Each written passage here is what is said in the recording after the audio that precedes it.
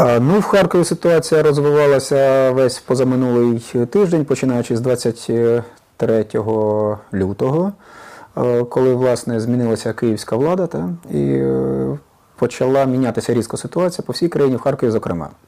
В нас, по-перше, активізувалася наша в Харкові самооборона Євромайдану і з'явився так званий правий сектор, куди входили ультраси і входили так само люди, які брали участь в подіях в Києві.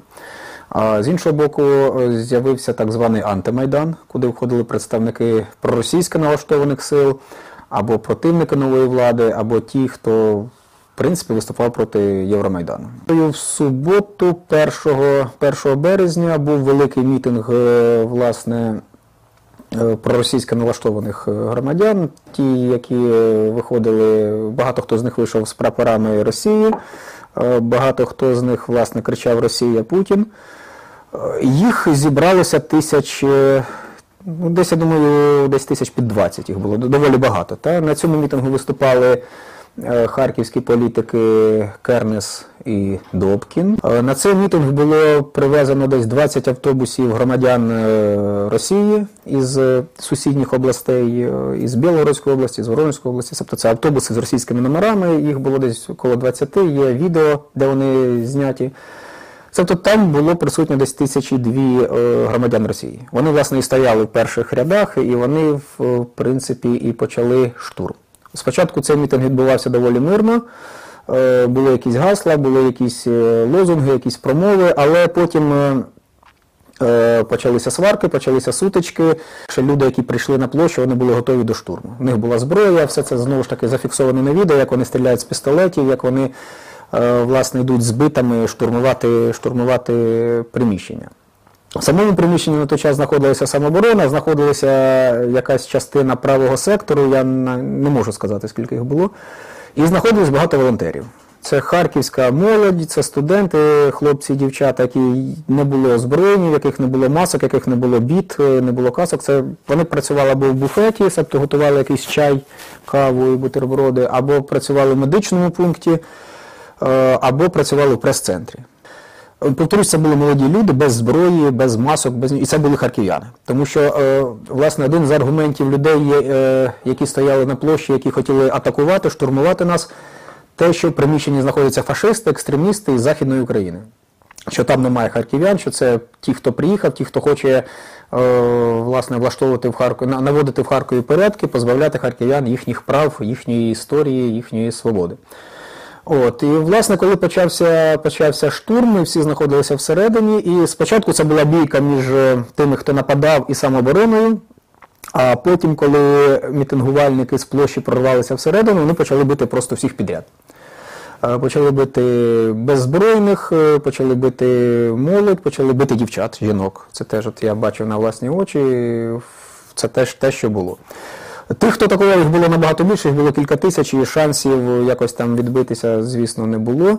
Тим більше, якщо люди були без зброї, якщо люди були беззахисні.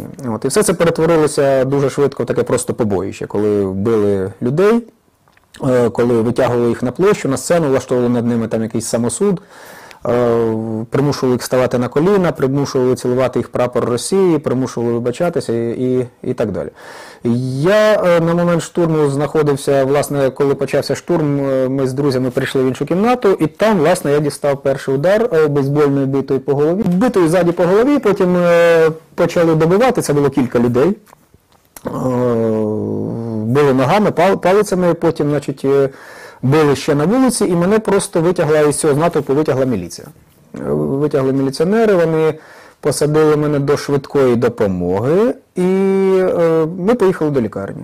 В лікарні було вже багато учасників цього штурму з обох боків, причому, тому що, ясна річ, що дісталося всім. Там, власне, я побачив, що до приміщення приїжджають знову ж таки люди з проросійського мітингу і намагаються відслідковувати, хто там є. І це було доволі небезпечно. Я звідти просто переїхав на приватне помешкання, де мені лікар наклав ці шви.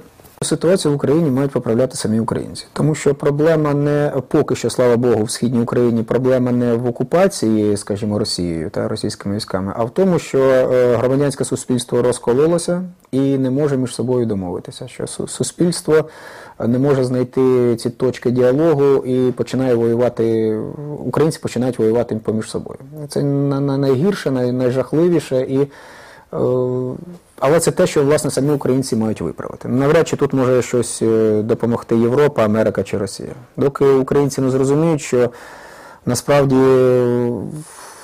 в них спільні проблеми, в них спільне майбутнє, і жити далі разом, і, в принципі, воювати то потрібно не один з одним, а потрібно знаходити якесь порозуміння. От доки цього не станеться, я думаю, ми і далі будемо один одного бити бейсбольними битами. Насправді, дуже легко людей між собою стравити, дуже легко людей спрямувати один проти одного, і дуже важко знайти той тон розмови, який дозволить всім залишитися при своїх принципах, але при цьому не порушувати принципи інших. От, мені здається, це набагато важливіше за провадження кримінальної справи. Мені здається, влада в будь-якому разі має займатися боротьбою з правопорушниками. Влада має чинити так, щоб всі події знаходилися в правовому полі. Якщо в Україну, в Харків приїздять якісь туристи з Росії, ну, очевидно, їх не потрібно пускати. Туристи, ви розумієте, я маю на увазі люди, які приїздять на мітинги, на проплачені мітинги, щоб воювати проти українців. Якщо в місті діють якісь збройні формування, то, очевидно, саме з ними потрібно боротися. Я рішуче проти того, щоб були якісь утиски проти мирних протестів, чи то євромайданівців, чи то антимайданівців. Ми всі громадяни України, ми всі маємо право, гарантоване Конституцією, право на мирний протест. Скажімо, демонстрація у Варшаві, чи, скажімо, в Кракові, чи в Любліні, чи ще де-небудь для протестувальників в Україні. Але враховуючи, що навколо України почалася і діє просто неймовірна інформаційна війна, що ми знаходимося в якихось страшних оцих інформаційних потоках, які дезорієнтують усіх навколо. Дуже важливо бачити, що є підтримка України, є підтримка, власне, громадян України, їхньому бажанню жити в незалежній, вільній країні. Тому, насправді, це ще якась така піщинка, яка може вирівняти ситуацію. Насправді, не можу сказати, що все це аж якось так печально. Тобто, ну, в мене 2 розсічення, в мене, власне, лікар наклав тут 2 шви, наклав, власне, шов біля ока, виявили тріщину в щелепі. Ну, я думаю, що все нормально. Насправді, якраз цим найменше переймаюся. Я думаю, що більшої шкоди саме морально зазнали ті молоді люди, над якими знущалися на площі, яких витягали на самосуд, яких примушували ставати на коліна і примушували цілувати прапор сусідньої держави. В Україні справді постає громадянське суспільство. Це те, чого в Україні не було і чого бракувало. Коли вся політична боротьба провадилася, власне, на якомусь партійному рівні. І фактично перетворилось в такий торг за міністерські портфелі і місця в парламенті.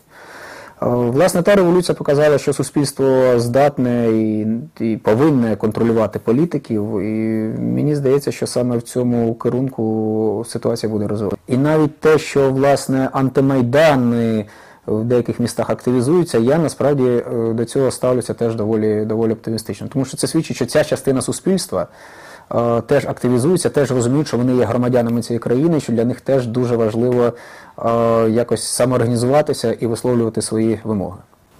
Мені здається, що, знову ж таки повторюся, що за великим рахунком Майдан і антимайдан сьогодні мають спільні проблеми, спільне бачення речей, просто в багатьох випадках заважають ці якісь ідеологічні шори, заважають ці ідеологічні мури, на які часто звертаєш увагу.